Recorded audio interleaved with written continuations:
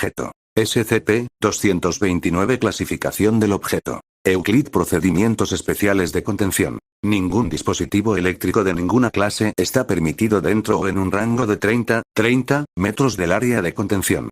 Todo el personal que entre al área debe estar vestido con ropa y cascos forrados de plomo.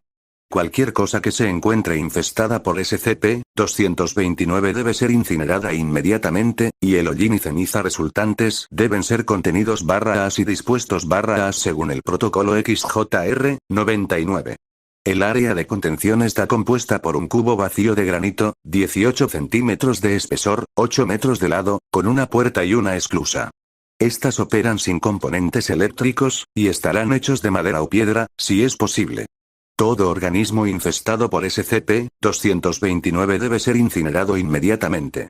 Todo objeto o miembro del equipo que salga del área de contención debe ser escaneado y limpiado por la seguridad del sitio.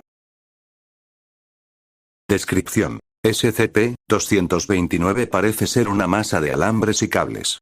Superficialmente, parece ser alambre de cobre en bruto, cable Ethernet insulado, cable de teléfono, línea eléctrica y muchas otras formas de cables eléctricos. Su masa actual es de 94 kilogramos según la última medición. SCP-229 ha sido identificado provisionalmente como una forma de vida basada en silicio.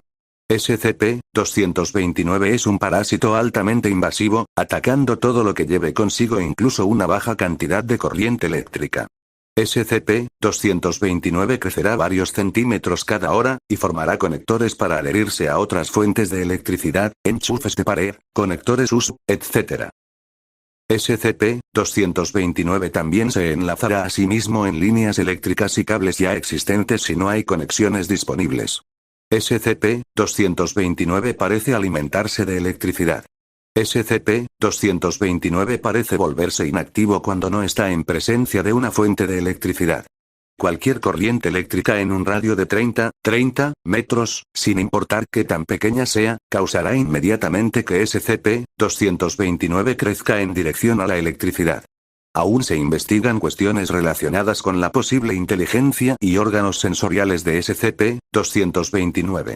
SCP-229 parece crecer mejor en metal o plástico, aunque es capaz de infestar tejido orgánico. En animales vertebrados, SCP-229 penetrará rápidamente la epidermis y otros tejidos, enlazándose y enrollándose en la espina dorsal.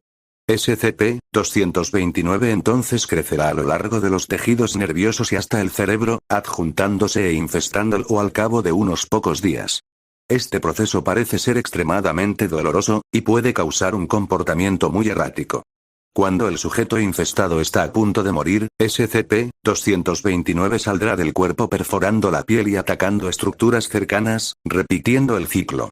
Se teoriza que SCP-229 siempre estuvo presente en nuestro ecosistema, pero que el nivel tecnológico y por ende, la disponibilidad de electricidad, fue insuficiente para permitir su esparcimiento. Con la actual prevalencia de cables y otros dispositivos eléctricos, su detección puede ser extremadamente difícil. La incineración es actualmente la mejor manera de eliminar a SCP-229. Nexo. En este momento, la experimentación cruzada entre SCP-229 y SCP-217 solo está permitida con aprobación O5.